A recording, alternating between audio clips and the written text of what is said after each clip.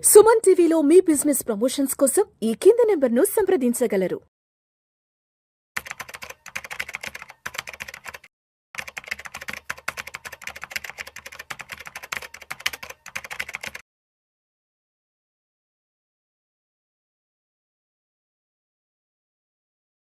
నమస్తే, నేను మీ రేవంత్ చలమల.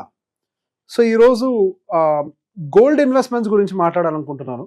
సో రీసెంట్గా మల్టిపుల్ కాన్వర్జేషన్స్లో నాకు అర్థమైంది ఏంటి అని అంటే, సరే ఆర్నమెంట్ పరంగా గోల్డ్ కొంటే మనకి లాస్, కానీ ఏదో ఒక గోల్డ్ స్కీమ్ ద్వారానో, లేకపోతే ఏదైనా గోల్డ్ కాయిన్స్ ద్వారానో, లేదా ఒక గోల్డ్ బిస్కెట్ ద్వారానో మనము ఇన్వెస్ట్మెంట్స్ పెట్టుకుంటూ వెళ్ళి మన అవసరం వచ్చినప్పుడు డైరెక్ట్గా ఆ బిస్కెట్స్నో కాయిన్స్నో అమ్మేసుకొని మన అవసరం తీర్చచ్చు కదా. గోల్డ్ అనేది ఒక ఎసెట్ కదా, జస్ట్ లైక్ ఏ ల్యాండ్ కదా, అది కూడా పెరుగుతూ ఉంటుంది కదా అని చెప్పేసి చాలామంది ఒపీనియన్లో ఉన్నారు. నాకు తెలిసి మన యూఎస్లో కూడా చాలామంది అందులో ఉండుంటారు. డెఫినెట్గా గోల్డ్ అనేది ఒక ఎసెట్టే. మనము వేరే వాడితో పోల్చుకుంటే గోల్డ్లో పెట్టుకుంటే మన అవసరాలు కూడా తీరుతాయి, మన చేతుల్లో ఉంటుంది, ఎప్పుడైనా మనకి లిక్విడిటీ వస్తుంది. ఎస్, లిక్విడిటీ పాయింట్ ఆఫ్ వ్యూలో 100% gold is good. And so ఇక్కడ చిన్న ఒక పాయింట్ ఏమి యాడ్ చేయాలనుకుంటున్నానంటే, గోల్డ్ని ఒక ఇన్వెస్ట్మెంట్ పాయింట్గా మాత్రమే చూడాలి, అంటే వన్ ఆఫ్ ద పాయింట్గా మాత్రమే చూడాలి. గోల్డ్ అనేది పూర్తిగా దాని మీద డిపెండ్ అవ్వకూడదు అనేది నా పర్స్పెక్టివ్. సో దానికి గల రీజన్స్ కూడా చెప్తాను. సో హిస్టారికల్గా గోల్డ్ యొక్క రిటర్న్స్ ఎలా ఉంటాయి, యాక్చువల్గా మన జీవితంలో అవసరాలు తీర్చుకోవాలంటే గోల్డ్ నిజంగా మన అవసరాలు తీర్చగలుగుతుందా, ఇది ఇక్కడ పెద్ద పాయింట్. సో హిస్టారికల్గా గోల్డ్ యొక్క రిటర్న్స్ అనేవి రీసెంట్గా వచ్చిన ఒక పెద్ద బుల్ ర్యాలీ వల్ల అది ఒక 11%కి వెళ్ళింది, కానీ ఇన్ జనరల్గా ఎప్పుడైనా historical returns of a gold 9% లేదా 10%, అంతకు మించి ఉండదు. కరెక్ట్గా చెప్పాలంటే 8-9 అంటారు. సరే, మన లిబర్టీ కోసం 10 కూడా అనుకుందాం, 9% యావరేజ్ అని అనుకున్నా, కానీ మన అవసరాలు 9% తోటి తీరుతాయి అనేది ఒక పెద్ద ప్రశ్న. సో మన జీవితంలో వచ్చేటువంటి అవసరాలన్నీ కూడా ఏ పర్సంటేజ్తో పెరుగుతాయి అన్న దాన్ని బట్టి కదా మనం ఎంత రిటర్న్ తీసుకోవాలని నిర్ణయించుకునేది. సో ఒక ఉదాహరణ, మీరు ఇక్కడ నుంచి తిరుపతి వెళ్ళాలని అనుకుంటున్నారు. సో తిరుపతి వెళ్ళాలంటే ఫ్లైట్లో వెళ్ళొచ్చు, లేదా ఒక ఆర్టీసీ బస్సులో వెళ్ళొచ్చు, లేదా ఒక కార్లో వెళ్ళొచ్చు, సైకిల్ మీద వెళ్ళొచ్చు, నడుచుకుంటూ వెళ్ళొచ్చు, ఎట్లయినా వెళ్ళొచ్చు. You have multiple options. కానీ దేంట్లో వెళ్ళాలి అనేది మనం ఎంత టైంలో రీచ్ అవ్వాలన్న దాని మీద డిపెండ్ అయి ఉంటుంది. మనం ఒక 2 గంటల్లో తిరుపతి రీచ్ అవ్వాలంటే ఫ్లైట్లో వెళ్ళాలి. లేదు మనకి ఒక ఓవర్ నైట్ జర్నీ అయినా పర్లేదు అని అంటే ఒక బస్సు ఏదో తీసుకోవాలి. లేదు కొంచెం కంఫర్టబుల్గా అక్కడక్కడ ఆగుతూ వెళ్ళాలంటే కార్లో వెళ్ళాలి, స్లో వెళ్ళినా పర్లేదు అంటే మనం నడుచుకుంటూ కానీ సైకిల్ మీద కానీ వెళ్ళొచ్చు. సో ఇక్కడ పాయింట్ నేను చెప్పింది మీకు క్లియర్గా అర్థమై ఉంటుంది. సో ఎంత టైంలో రీచ్ అవ్వాలి, సో మనకి ఇక్కడ టైం పర్స్పెక్టివ్ అనేది చాలా ఇంపార్టెంట్. మనం ఎంత ఖర్చు పెట్టాలి, ఎంత టైంలో రీచ్ అవ్వాలి, ఇదే ఇక్కడ పాయింట్. సో మన జీవితంలో రాబోయేటువంటి అవసరాలన్నీ ఫస్ట్ అసలు ఎంత స్పీడ్తో పెరుగుతాయి అనేది మనం ఐడెంటిఫై చేస్తే, మనం ఎంత స్పీడ్తో పెరిగేటువంటి ఇన్స్ట్రుమెంట్లో పెట్టుబడి పెడితే అవసరాలు తీరుతాయి అనేది మనకు అర్థమైపోతుంది. ఇప్పుడు గోల్డ్ ఎంత పెరుగుతుంది అనుకున్నాం, 9% అని అనుకున్నాం. సో మన అవసరాలు కూడా 9% తోటే పెరుగుతాయి అని అంటే ఇక్కడ పెద్ద ప్రశ్న. ఇప్పుడు మీకు పిల్లలు ఉండుండొచ్చు, లేకపోతే పిల్లలు ఉన్న వాళ్ళని అడగండి, స్కూల్ గోయింగ్ పిల్లల్ని. ప్రతి సంవత్సరం ఆ స్కూల్ వాళ్ళు స్కూల్ ఫీజు ఎంత పెంచుతారు అనే విషయాన్ని అడగండి. ఆ స్కూల్ వాళ్ళు అఫీషియల్గా చెప్పే మాట మేము 10% పెంచుతామని చెప్తారు. కొన్ని స్కూల్స్ అయితే 10 to 14% మధ్యలో ఎంతైనా పెంచుతామని చెప్తారు. అదే కొత్తగా జాయిన్ చేయాలి అని అంటే పోయిన సంవత్సరం ఉన్న ఫీజుకి ఈ సంవత్సరం ఉన్న ఫీజుకి 12-13% వేరియేషన్ కూడా తీసుకొని వస్తారు. సో యావరేజ్గా ఏ ఫీజు పెరిగినా కానీ మన లైఫ్లో స్కూల్ ఫీజులే 12%, 10%, 13%, 14% పెరుగుతున్నాయి. ఇది ఒక మేజర్ అవసరం. ఇవే కదా మన జీవితంలో వచ్చే ఎక్కువ అవసరాలు. లేదా హెల్త్ రిలేటెడ్, మళ్ళీ లేదా బంగారం కానీ ఆస్తి కానీ ఎప్పుడు కుదరబెట్టి మనం డబ్బులు తెచ్చుకుంటాం, ఏదైనా ఇంకొక ఎమర్జెన్సీ వస్తే. సో ఆ ఎమర్జెన్సీ రిలేటెడ్ ఎస్, కొంతవరకు హెల్త్ ఇన్సూరెన్స్లు ఉంటాయి, దాని పక్కకు పెట్టి ఇంకా క్యాష్ కావాలనుకున్నా మీరు గూగుల్లోనే కొట్టి చూడండి, హెల్త్ ఇన్ఫ్లేషన్ ఇండియాలో ఎంత ఉంటుంది అని. రికార్డ్స్ ప్రకారం దాదాపుగా 13-14% పెరుగుతున్నాయి. అండ్ గోయింగ్ ఫర్దర్ ఈ హెల్త్ ఎక్స్పెండిచర్ ఇంకా ఫాస్ట్గా పెరగడానికి అవకాశాలు ఉన్నాయి. సో ఇక్కడ మీ గోల్డ్ ఏమో 10% పెరుగుద్ది. సో ఫర్ ఎగ్జాంపుల్ ఈరోజు ఒక 10 లక్షల ఆపరేషన్ మందం గోల్డ్ కొని పెట్టారు. మీకు ఒక 10 సంవత్సరాల తర్వాత ఆపరేషన్ చేయించుకోవాల్సిన పరిస్థితి వచ్చింది. అది దాదాపుగా ఆ టైంకి 40 లక్షలు అవుద్ది. కానీ మీ గోల్డ్ ఎంత అవుద్ది, గట్టిగా అయితే 30 లక్షలు అవుద్ది, 25 లక్షలు అవుద్దు. సో బేసిక్ ఇక్కడ ఇదే పాయింట్. మనకి ఇక్కడ ఇంకా షార్ట్ ఫాల్ ఉంటున్నాం కదా, అక్కడ ఎంతైతే ఖర్చులు పెరుగుతున్నాయో ఆ ఖర్చులకు తగ్గట్టుగా మన పెట్టుబడులు పెరగాలి. అది పెరగకపోతే సమస్య వస్తుంది. మళ్ళీ ఇక్కడ ఇంకోటి వెంటనే రియల్ ఎస్టేట్ అని అంటారు. రియల్ ఎస్టేట్ కూడా కథ ఉంటుంది, అది గోల్డ్లో మిక్స్ చేయకుండా సపరేట్గా మాట్లాడుతాం, అది ఒక పాయింట్లో చెప్పేస్తే అయిపోద్ది. రియల్ ఎస్టేట్కి కూడా ఒక ఎంత పెరగాలి అంటానికి కొన్ని ఉన్నాయి పారామీటర్స్. అగ్రికల్చరల్ ల్యాండ్ అయితే 7%, 8%, కొద్దిగా మండలాలు అటువంటి ఊర్లో అయితే కనుక 9% లేదా 10%, జిల్లా హెడ్ క్వార్టర్స్ అయితే ఒక 12%, మెట్రోపాలిటన్ సిటీ అయితే 15%, అంతే. సో అందరికి అన్ని చోట్ల పెరగవు.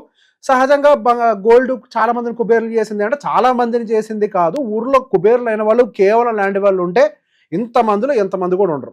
ఇంత కూడా అనవసరం, ఎంతమంది ఉంటే ఎక్కువ. వాళ్ళని చూసి మన ఎగ్జాంపుల్ కింద మనం కూడా చేస్తామని అంతే. సో సహజంగా ఎప్పుడైనా కానీ ఇవన్నీ కొంచెం తక్కువగానే రిటర్న్స్ ఇస్తాయి, but they are good investment, they are not bad also. వాటిల్ని మన పోర్ట్ఫోలియో భాగంగా పెట్టాలి కానీ పూర్తిగా వాటిల్లో పెట్టకూడదు. సో ఇప్పుడు మళ్ళీ పాయింట్లోకి వస్తే మన అవసరాలకు తగ్గట్టుగా ఎలా పెట్టుకోవాలి. సో బేసిక్గా మన అవసరాలు ఎంతతో పెరుగుతాయని అంటే స్టాండర్డ్గా మనము ఇన్ఫ్లేషన్ ప్లస్ జీడిపి అని మాట్లాడుతాను నేను. మన ఇండియన్ ఇన్ఫ్లేషన్ 6-7% ఉంటుంది అనుకున్నా, మన జీడిపి యావరేజ్గా ఒక 6-7% అని అనుకున్నా, మనకి యావరేజ్గా రావాల్సినటువంటి రిటర్న్స్ 12-14% ఉండాలి. ఈ రిటర్న్స్ మనం సంపాదిస్తేనే దేశంతో పాటుగా అభివృద్ధి చెందుతాం. ఖర్చులు ఎంత పెరుగుతాయంటే దేశం ఎంత పెరిగితే ఖర్చులు ఎంత పెరుగుతాయి. సింపుల్ ఫార్ములా అది. దేశం పెరిగేదాన్ని బట్టే కదా ఖర్చులు కూడా పెరిగేది, దాని తగ్గట్టుగానే కదా. ఇప్పుడు ఫర్ ఎగ్జాంపుల్ అదేంటి ఇన్ఫ్లేషన్ మందం కదా పెరిగేదని అంటే, మరి అదేమో ఇన్ఫ్లేషన్ కాంపోనెంట్ మాత్రమే. దాంతోపాటుగా ఆర్గనైజేషన్స్ కూడా డెవలప్ అవుతాయి కదా, దే విల్ గ్రో కదా. అది హాస్పిటల్ కానీ, హాస్పిటల్ అయితే ఇన్ఫ్రాస్ట్రక్చర్ని బిల్డ్ చేస్తారు, మెడికల్ ఇన్ఫ్రాస్ట్రక్చర్ని. స్కూల్స్ వాళ్ళు అయితే అకాడమిక్ ఇన్ఫ్రాస్ట్రక్చర్ని బిల్డ్ చేస్తారు. End of the day growth is common everywhere. So రెండింటిని కలిపే ఫీజులు పెంచుతారు, ఖర్చులు పెంచుతారు, అంతే. సో మనం కేవలం గోల్డ్లో పెడితే మన అవసరాలు ఎందుకు తీరుతాయి? తీరవు కదా. రెండు, ఏదో 5 సంవత్సరాల కోసం పెట్టుకుందాం అని అనుకుంటారు. ఎన్నో సంవత్సరాల పాటు గోల్డ్ రిటర్న్ ఇవ్వని పరిస్థితులు కూడా ఉన్నాయి. ఫర్ ఎగ్జాంపుల్ మీరు ఏదో ఒక 2 సంవత్సరాలు అవసరం ఉంది, నెలకి ఇంత గోల్డ్ కొనుక్కొని వెళ్ళి ఆ టైంకి అవసరం వచ్చినప్పుడు గోల్డ్ అమ్మేసి అవసరాలు తీర్చుకుందాం అనుకుంటారు.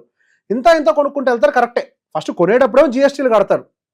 ఇంత కొనుక్కుంటూ వెళ్ళేటప్పుడు మరి అంతా కొనుక్కుంటూ వెళ్ళే టైంకి మార్కెట్ కింద పడితే గోల్డ్ కూడా పడుద్ది, పడతానద్దు. గోల్డ్ పడుతుంది, రియల్ ఎస్టేట్ పడుతుంది, స్టాక్ మార్కెట్ పడుతుంది, అన్నీ పడతాయి. పడితే అప్పుడు పరిస్థితి ఏంటి? మళ్ళీ ఇక్కడ ఏమవుతుంది? మీరు జీఎస్టీ కడతారు. లేదు, ఎంతో కొంత కొన్నంతే వస్తుంది అనుకున్నా జీఎస్టీ మందం లాస్గా, మళ్ళీ అమ్మినప్పుడు ఏదో ట్రాన్సాక్షన్ ఫీ లాస్గా, ఇట్లాంటివన్నీ సమస్యలు ఉంటాయి. సో ఎప్పుడైనా మన అవసరానికి ఆ రిటర్న్ ఇచ్చేదాన్ని, అఫ్కోర్స్ టైం ఫేస్ మ్యాటర్స్, ఎంత టైం ఉంది అన్నది కూడా మ్యాటర్ దాన్ని బట్టి. సో దాన్ని నేను సెన్సెక్స్ వర్సెస్ గోల్డ్ అయితే ఎట్లుంటుంది అనేది ఒకసారి కంపారిజన్ పెట్టాను. 2010 నుంచి సుమారుగా 2011 నుంచి 2025 అంటే సుమారుగా 13-14 సంవత్సరాల యావరేజ్ డేటాను తీశాను. ఒక gold based fund versus Sensex, అంతే. సెన్సెక్సే, ఒక సెన్సెక్స్ మాత్రమే, లార్జ్ క్యాప్ కూడా జెయింట్ కంపెనీస్ అనొచ్చు. వాటి యొక్క రిటర్న్స్తో కంపేర్ చేస్తే ఇక్కడ మీకు కనిపించే దాంట్లో గ్రీన్ కలర్ లైన్ అంతా కూడా సెన్సెక్స్ అనమాట, బ్లూ కలర్ లైన్ అంతా కూడా మనకి ఇక్కడ ఉన్నదంతా కూడా ఇది మన గోల్డ్ ఫండ్ అనమాట. సో బేసిక్గా ఈ బిట్వీన్ మనకి చాలా ఈవెంట్స్ జరిగాయి జీవితంలో. సిలికాన్ వ్యాలీ బ్యాంక్ కొలాప్స్ అని, రష్యా ఉక్రెయిన్ వార్ అని, డిమానిటైజేషన్ అని, రకరకాల సమస్యలు ఇక్కడ అన్ని జరిగాయి, కోవిడ్ ఫాల్స్ అని, రకరకాల సమస్యలు జరిగాయి. అన్ని సమస్యల్ని దాటుకుంటూ అటు గోల్డ్ పైకి వెళ్ళింది, సెన్సెక్స్ పైకి వెళ్ళింది. కానీ అన్ని సమస్యలను దాటుకుంటూ ఎక్కువ ఫాస్ట్గా ఏది వెళ్ళింది అంటే మనకు సెన్సెక్స్ పైకి ఎక్కువగా వెళ్ళింది ఈ టైం ఫ్రేమ్లో. సో ఎప్పుడైనా, అందుకే నేను చెప్పేది, మనకి ఎంత రేట్లతో మనకు ఖర్చులు పెరుగుతాయో అంత రేటుతోటి మనం రిటర్న్స్ తీసుకోగలగాలి. సమస్యలు గోల్డ్కి వచ్చాయి, సమస్యలు ఇక్కడ సెన్సెక్స్కి కూడా వచ్చాయి. ఇక్కడ గోల్డ్ పెరగని సందర్భాలు కూడా ఉన్నాయి చూడండి. సుమారుగా 2013 నుంచి మళ్ళీ దాని హైని బ్రేక్ చేయడానికి 2019. అదే నేను చెప్పేది, దాదాపు 4-5 సంవత్సరాలు వేసుకోవచ్చు కదా, అదే 5 సంవత్సరాలు అనుకుంటా. 5 సంవత్సరాల వరకు గోల్డ్ పెరగని సందర్భాలు లేవంటే ఉన్నాయి కదా, ఇక్కడ కూడా సందర్భాలు ఉన్నాయి. ఇన్ఫాక్ట్ ఇక్కడెక్కడో ఒక పీక్ ఫామ్ చేసింది 2012లో, అక్కడక్కడ తిరుక్కుంటూ. ఇక్కడ కనీసం స్టడీగా ఒకసారి కిందకు వచ్చిన పైకి అని మనకు సెన్సెక్స్ వెళ్తుంది, కానీ గోల్డ్ స్ట్రక్ అయితే రిటర్న్ ఇవ్వని సందర్భాలు కూడా చాలా ఉన్నాయి. సో ఇటువంటివి కూడా గోల్డ్లో ఉంటాయని దృష్టిలో పెట్టుకోండి. సో మీ రిటర్న్స్కి ఎంత అవసరమో దానికి తగ్గట్టుగా మీరు ఇన్వెస్ట్మెంట్స్ని ప్లాన్ చేసుకోండి. సో దీన్ని నేను మరొక కంపారిజన్ కూడా చూపిద్దామని ప్రయత్నం చేస్తున్నాను. 1 సెకండ్. సో బేసిక్ ఇన్వెస్ట్మెంట్స్ అనేవి మనం కొంత అమౌంట్ని ఒక 3 రకాల వాటిల్లో పెట్టి చేస్తే ఎట్లుంటుంది. ఒక గోల్డ్లో పెడితే ఎలా ఉంటుంది, సెన్సెక్స్లో పెడితే ఎలా ఉంటుంది, లేదు ఒక లార్జ్ క్యాప్ మ్యూచువల్ ఫండ్. కొంతమంది ఏంటి, ఏదో ఎక్స్పెన్స్ రేషియో తక్కువ ఉంటుందని ఈటీఎఫ్ కొనేద్దామని అనుకుంటారు, యాక్టివ్లీ మేనేజ్ మ్యూచువల్ ఫండ్ కంటే కూడా. సో పైన కనిపిస్తున్నటువంటి బ్రౌన్ లైన్ అంతా కూడా యాక్టివ్లీ మేనేజ్ మ్యూచువల్ ఫండ్, దాని కింద ఉందంతా సెన్సెక్స్, దీని కింద ఉందంతా గోల్డ్. 2011 నుంచి కంపేర్ చేస్తే మనం ఏదో కొద్దిగా అమౌంట్ ఏదో కొంత ₹1,00,000 ఏదో పెడితే కొంతవరకే మనకి గోల్డ్ పెరిగింది, సెన్సెక్స్ ఒక రకంగా పెరిగితే లార్జ్ క్యాప్ కొంతవరకు పెరిగింది. ఎస్, కొంతమంది అంటారు ఏమని లార్జ్ క్యాప్స్తో కంపేర్ చేసి ఈటీఎఫ్స్ బెటర్ అని, బట్ అన్ని కేసుల్లో కాదు. ఒకప్పుడు మ్యూచువల్ ఫండ్స్ మీరు గమనిస్తే మీరు చెప్పింది నిజమే, 2020 కంటే ముందు వరకు కూడా పెద్ద ఎత్తున ఏం లేవు. అక్కడ కూడా కొంతవరకు డివియేట్ అయినాయి, కొంతవరకు కొన్ని ఫండ్స్ బాగానే ఇచ్చాయి, కొన్ని ఫండ్స్ ఇవ్వలేదు. కానీ మనకి 2020 తర్వాత నుంచి మ్యూచువల్ ఫండ్ ఇండస్ట్రీ చాలా మెచ్యూర్ అయ్యి వాళ్ళ యొక్క రీసెర్చ్ని కూడా పెంచాయి. ఇప్పుడు అవుట్ పర్ఫార్మ్ చేసే ప్రయత్నం చాలా బాగా చేస్తున్నాయి. మీరు ఇప్పుడు కంపేర్ చేసుకోవచ్చు అన్ని ఫండ్స్ని. ఏదో కొన్ని ఫండ్స్ అండర్ పర్ఫామ్ చేస్తున్నాయి కానీ బెటర్గానే పర్ఫామ్ చేస్తున్నాయి ఇప్పుడు చాలా ఫండ్స్ కూడా. సో బేసిక్ ఇన్వెస్ట్మెంట్స్ పెట్టేటప్పుడు అగైన్ ఇక్కడ మీరు డైరెక్ట్ ఏదో ETF కంటే కూడా యాక్టివ్లీ మేనేజ్ మ్యూచువల్ ఫండ్ అంటే అక్కడ ఫండ్ మేనేజర్లు వాళ్ళందరూ ఉంటారు, మధ్యలో మ్యూచువల్ ఫండ్ డిస్ట్రిబ్యూటర్లు, అడ్వైజర్లు వాళ్ళు ఉంటారు, జాగ్రత్తగా మీ దాన్ని కాపాడుకుంటూ వెళ్తూ ఉంటారు. సో మన అవసరానికి తగ్గట్టుగా ఎందులో పెట్టాలి, ఎంత రిటర్న్ కావాలి, దీన్ని చూసుకుంటూ పెట్టుకుంటూ పోండి. దానికి అనుకూలంగా పెట్టుకుంటూ వెళ్తే మీకు ఎందులోనే రిటర్న్ వస్తుంది.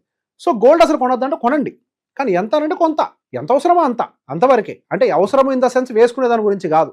ఇప్పుడు ఫర్ ఎగ్జాంపుల్ ఒక 10 లక్షల రూపాయలు మనం ఈక్విటీస్ కొన్నాము అని అంటే 1 లక్ష రూపాయలు గోల్డ్ కొనుక్కోండి, నష్టం లేదు.